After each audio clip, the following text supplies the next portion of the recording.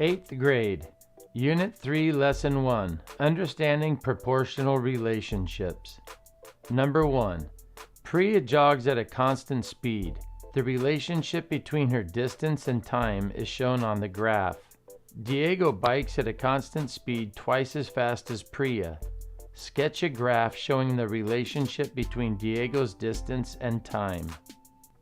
In 2/10 of an hour, Diego jogged 2 miles.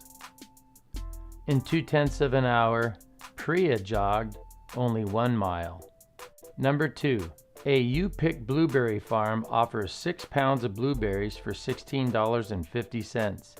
Sketch a graph of the relationship between cost and pounds of blueberries. First, I'm going to build a table. I have pounds on the left and dollars on the right. They tell us that you get 6 pounds of blueberries for $16.50. 6 pounds divided by 6 equals 1 pound. Since I divided the pounds by 6, I need to divide the dollars by 6. $16.50 divided by 6. $16.50 divided by 6 is $2.75. So 1 pound would cost $2.75. The pounds for blueberries, 0, 10, 20, 30, 40, doesn't jive very well with the pounds that I have in my table. So I'm going to need to change my table a bit. 10 pounds of blueberries and 40 pounds of blueberries. 1 pound times 10 equals 10 pounds. Since I multiplied the pounds times 10, I need to multiply the dollars times 10. So $2.75 times 10 equals $27.50. 10 pounds of blueberries for $27.50. 1 pound times 40 equals 40, and since I multiplied the pounds by 40, I need to multiply the dollars by 40. So $2.75 times 40. $2.75 times 40 equals 110.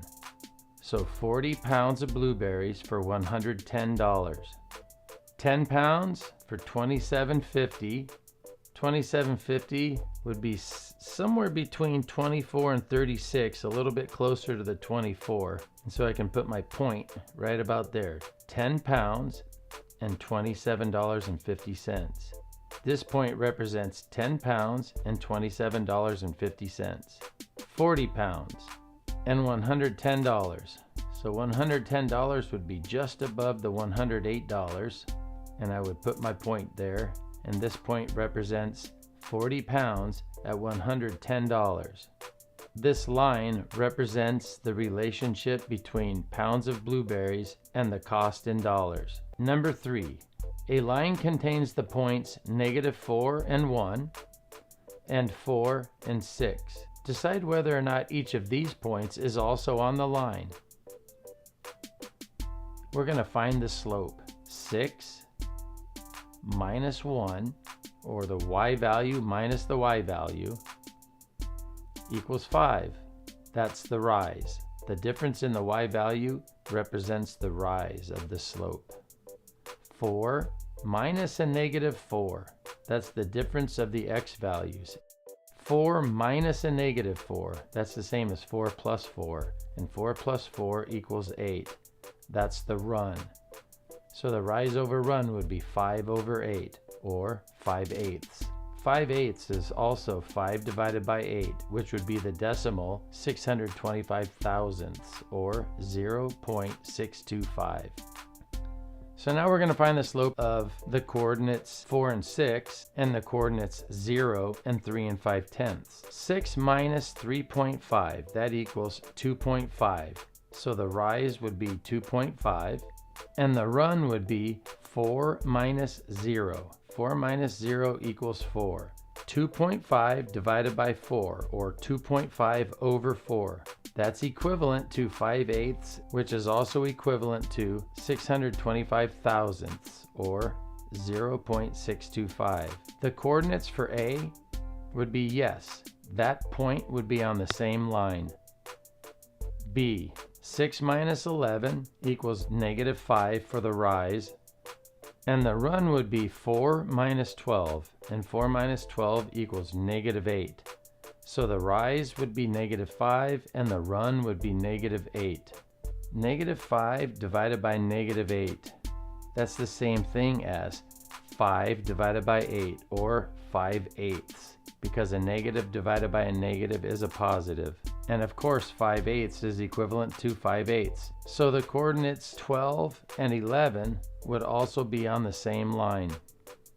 C. 6 minus 50 equals negative 44. That's the difference in the y coordinates. Over 4 minus 80. That's the difference in the x coordinates. So negative 44 over negative 76, or negative 44 divided by negative 76.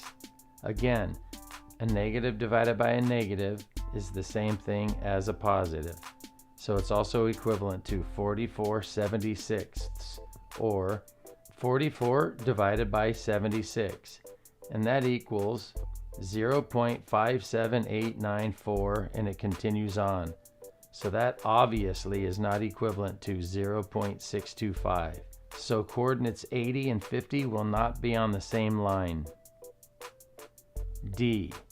6 minus 2.875, and 6 minus 2.875 is 3.125, or 3 and 125 thousandths. So the rise would be 3 and 125 thousandths over 4 minus a negative 1. And 4 minus a negative 1 is the same as 4 plus 1. So the run would be 5. 3 and 125 thousandths over 5, or 3 and 125 thousandths divided by 5. That equals 625 thousandths, or 0.625, which is equivalent. It has the same slope. Yes, the coordinates negative 1 and 2 and 875 thousandths would be on the same line. Number 4. The points 2 and negative 4, x and y, and a and b all lie on the same line. Find an equation relating x and y. I'm going to use this point because it lands on the x coordinate 2 and the y coordinate negative 4. I'm not going to use this one because it doesn't land directly on a whole number.